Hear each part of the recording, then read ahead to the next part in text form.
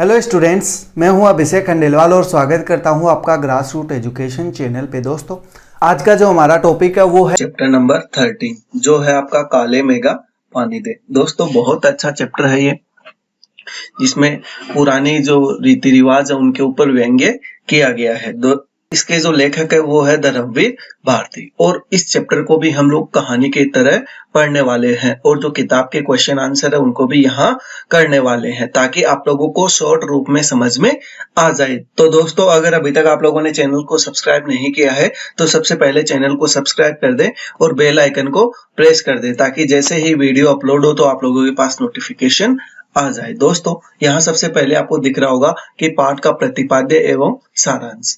देखो, प्रतिपाद्य का मतलब हमने पहले भी बता दिया है कि बहुत सारी चीज को छोटे से शब्दों में कह देना, वो प्रतिपाद्य है या इम्पोर्टेंट बोल दो आप। तो देखो, हमारा जो चैप्टर है उसका क्या नाम है? काले मेघा पानी दे। संस्मरण में लोक प्रचलित विश्वास और विज्ञान के द्वंद्व का चित्रण किया गया है। मैंने पहले भी बता दिया था, ठीक है। फिर देखो, विज्ञान का अपना तर्क है और विश्वास का अपना सामर्थ्य।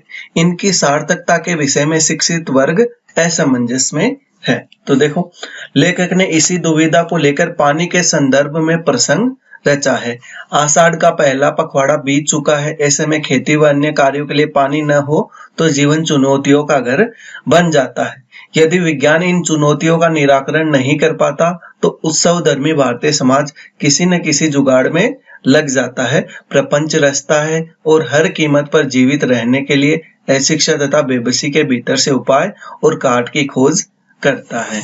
तो दोस्तों, हम लोग यहाँ क्या पढ़ने वाले इस चैप्टर के अंदर? जो लोक प्रचलित विश्वास है और जो विज्ञान का द्वंद्व है, उन दोनों का जो मतभेद है वो हम लोग यहाँ पढ़ने वाले हैं। आई होप आप लोगों को प्रतिपाद्य से थोड़ा बहुत आइडिया लग गया। हम लोग देखते हैं चैप्टर का सारांश। हम लोग स्टोरी की तरह इस चैप्टर को पढ़ेंगे, बहुत अच्छा चैप्टर है ये। तो देखो, लेखक बताता है कि जब वर्षा की प्रतीक्षा करते करते लोगों की हालत खराब हो जाती है, तब गांव में नंग दड़ंग किशोर शोर करते हुए, कीचड़ में लौटते हुए, गलियों में घूमते हुए ये 10-12 वर्ष के आयु के होते हैं तथा सिर्फ जांघिया या लंगोटी पहनकर गंगा मैया की जय बोलकर गलियों में चल पड़ते हैं, और जयकारा सुनते ही स्त्रियां व लड़कियां छज्जे हुए बारजों से झांकने लगती है, और इस मंडली को इंद्र सेना या मेंढक मंडली के नाम से जानते हैं। और ये पुकार लगाते हैं। देखो कैसे पुकार लगाते हैं कि काले मेघा पानी दे गुड़दानी दे, गगरी फूटी बेल प्यासा काले मेघा पानी दे। इस तरीके से गाकर वह क्या करते हैं?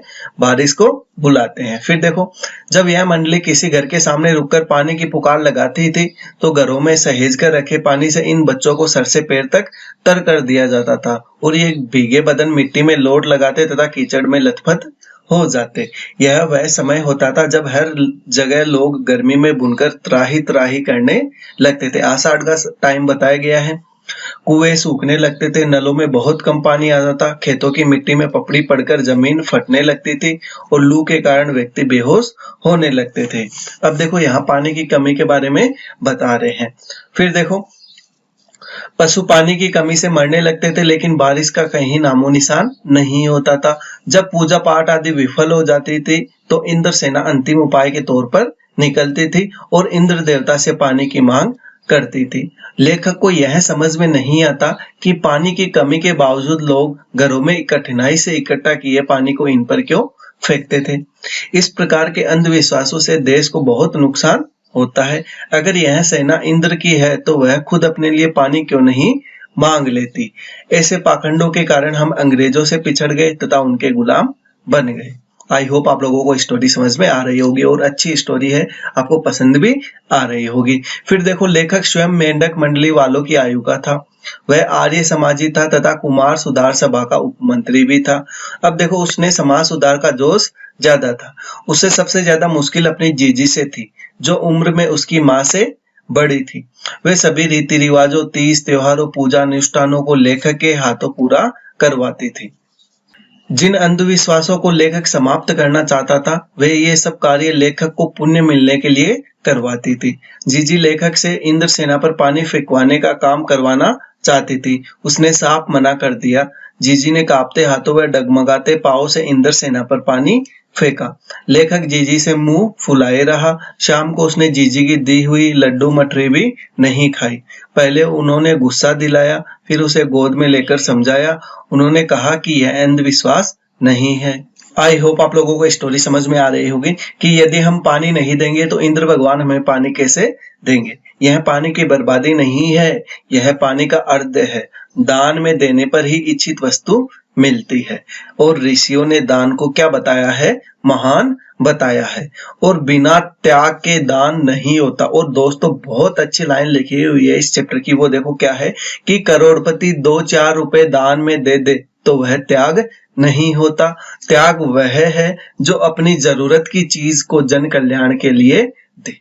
तो दोस्तों ये मेरे हिसाब से बहुत प्यारी और बहुत अच्छी लाइन है। ठीक है, देखो ऐसे ही दान का फल मिलता है। लेखक जीजी के तर्कों के आगे पस्त हो गया, फिर भी वह अपनी जिद पर अड़ा रहा। जीजी ने फिर समझाया कि तू बहुत पढ़ गया है, वह अभी भी अनपढ़ है। किसान की 30-40 मन गेहूं उगाने के लिए 5-6 सेर अच्छा गेहूं बोता है। इसी तरह हम अपने घर का पानी इन पर फेंक कर बुआई करते हैं। इसी से शहर, कस्बा, गांव पर पानी वाले बादलों की फसल आ जाएगी।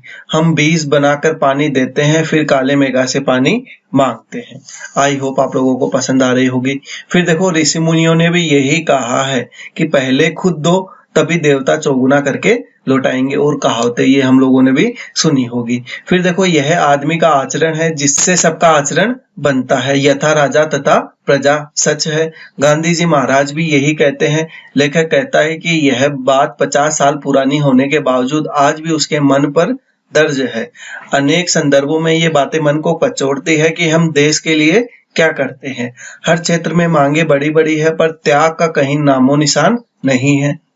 आज स्वार्थ एकमात्र लक्ष्य रह गया है। हम भ्रष्टाचार की बातें करते हैं परंतु खुद अपनी जांच नहीं करते। काले मेघा उमड़ते हैं, पानी बरसता है परंतु गगरी फूटी की फूटी रह जाती है और बेल प्यासे ही रह जाते हैं। और यह स्थिति कब बदलेगी है कोई नहीं जानता।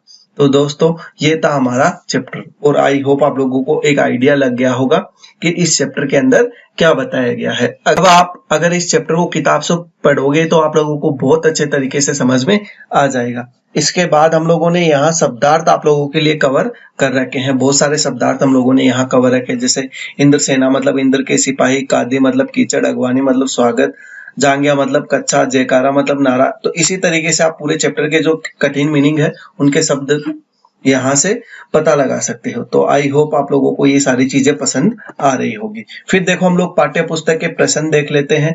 देखो पहला प्रश्न क्या है कि लोगों ने लड़कों की टोली को मेंढक मंडली नाम किस आधार पर दिया? यह टोली अपने आप को इंद्र सेना कहकर क्यों बुलाती थी? तो देखो लोग जब इन लड़कों की टोली को कीचड़ में दशा देखते, उनके नंगे शरीर को, उनके शोर शराबे को तथा उनके कारण गली में होने वाला कीचड़ या गंदगी को देखते तो वे इन्हें मेंढक मंडली कहते हैं। लेकिन बच्चों की यह टोली अपने आप को इंद्र सेना कहती थी क्योंकि ये इंद्र देवता को बुलाने के लिए लोगों के घर से पानी मांगते थे और नहाते थे। प्रत्येक बच्चा अपने आप को इंद्र कहता था, इसीलिए यह इंद्र सेना थी। आई होप आप लोगों को समझ में आ गया होगा। फिर देखो जीजी ने इंद्र सेना पर पानी फेंके जाने को किस तरह सही ठहराया? तो देखो किस तरह सही ठहराया, क्या क्या तर्क थे कि किसी से कुछ पाने के लिए पहले कुछ चढ़ावा देना पड़ता है। इंद्र को पानी का अर्ध चढ़ाने से ही वे वर्षा पानी देंगे। फिर देखो त्याग भावना से दिया गया दान ही फलीभूत होता है। जिस वस्तु की अधिक जरूरत है उसके दान से ही फल मिलता है। पानी की भी यही स्थिति है। जिस तरह किसान अपनी तरफ से 5-6 सेर अच्छे गेहूं खेतों में बोता है ताकि उससे 30-40 मन गेहूं मिल सके, उसी तरह पानी की बुवाई से बादलों की अच्छी फसल होती है और खूब वर्षा होती है। अब देखो थर्ड क्वेश्चन क्या है, ये दोनों क्वेश्चन आप लोगों को समझ में आ गए होंगे। फिर देखो पानी दे गुड़दानी दे, मेघों से पानी के साथ साथ गुड़दानी की मांग क्यों की जा रही है? देखो जो गुड़दानी शब्द का वैसे तो अर्थ होता है गुड़ और चने से बना लड्डू, लेकिन यहाँ गुड़दानी से आशय अनाज से है। बच्चे पानी की मांग तो करते ही है लेकिन वे इंद्र से यह भी प्रार्थना करते हैं कि हमें खूब अनाज भी देना ताकि हम चैन से खा पी सके। केवल पानी देने से हमारा कल्याण नहीं होगा, खाने के लिए अन्न भी चाहिए, इसीलिए हमें गुड़दानी भी दो। आई होप दोस्तों ये सारे क्वेश्चन अभी तक आप लोगों को समझ में आ रहे होंगे। फिर देखो क्वेश्चन नंबर 4 क्या है कि गगरी फूटी बेल प्यासा से लेखक क्या क्या आशय है, या कि गगरी फूटी बेल प्यासा कथन के पीछे छिपी वेदना को स्पष्ट कीजिए। तो देखो इंद्र सेना गाती है काले मेघा पानी दे गगरी फूटी बेल प्यासा। इस पंक्ति में बेल को प्रमुखता दी गई है और बैल ग्रामीण जीवन का अभिन्न हिस्सा है। कृषि कार्य उसी पर आधारित है। वह खेतों को जोतकर अन्न उपजाता है। उसके प्यासे रहने से कृषि कार्य बाधित होता है और कृषि कार्य ठीक ढंग से नहीं हो सकता। तो आई होप आप लोगों को ये चारों क्वेश्चन समझ में आ गए होंगे। फिर देखो क्वेश्चन नंबर 5 क्या है कि इंद्रसेना सबसे पहले गंगा मैया की जय क्यों बोलती है और नदियों का भारतीय सामाजिक सांस्कृतिक परिवेश में क्या महत्व है। देखो गंगा माता के समान पवित्र और कल्याण करने वाली है, इसीलिए बच्चे सबसे पहले गंगा मैया की जय बोलते हैं। और भारतीय संस्कृति में नदी को माँ की तरह पूजने वाली बताया गया है। सभी नदियां हमारी माताएं हैं। भारतीय सांस्कृतिक परिवेश में सभी नदियां पवित्रता और कल्याण की मूर्तियां हैं और ये हमारे जीवन का क्या है, आधार भी है और इनके बिना जीवन की कल्पना भी नहीं की जा सकती।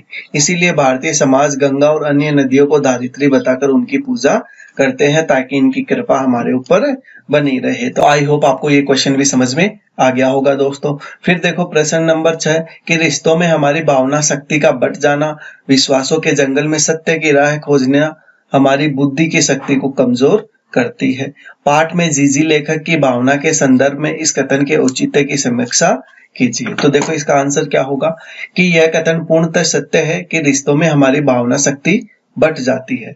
ऐसे में विश्वासों के जंगल में सत्य की राह खोजते हमारी बुद्धि की शक्ति कमजोर हो जाती है।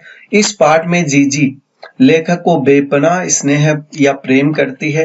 वह अनेक तरह के धार्मिक क्रियाएं लेखक से करवाती थी जिन्हें लेखक अंधविश्वास मानता था। इंद्रसेना पर पानी फेंकने से मना करने पर जीजी अपने तर्क देती है, लेकिन उन तर्कों की काट नहीं दे पाता क्योंकि उन तर्कों के पीछे भावनात्मक क्या था, लगाव था। और भावना में जीवन के अनेक सत्य छिप जाते हैं तो कुछ प्रकट हो जाते हैं। बुद्धि शुष्क होती है तथा तर्क पर आधारित होती है।